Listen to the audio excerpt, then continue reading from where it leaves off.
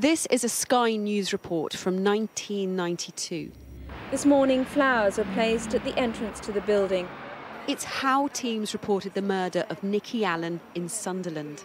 Police discovered the brick used in the brutal murder of 7-year-old Nikki Allan during a fingertip search of the warehouse where her battered body was discovered earlier this week.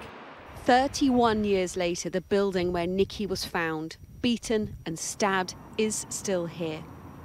Police hunted the schoolgirl's killer for decades. One man was tried, then acquitted. Boiler. David? Yeah. Aye, how are you doing? I fixed it there. But in 2018, police arrested 55-year-old David Boyd. Part of that investigation has led us to suspect that you may have had some involvement in that, okay? I'm arresting you on suspicion, okay, of that offence.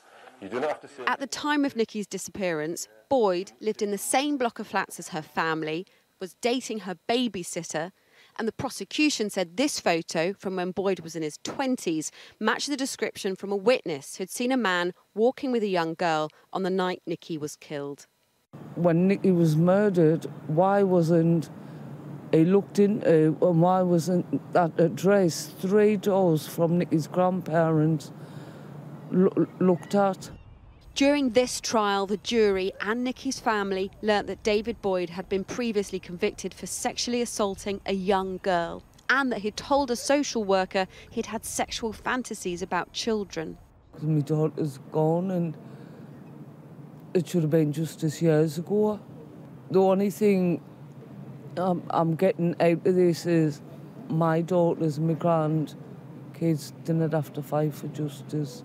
I fought so hard not to put these up.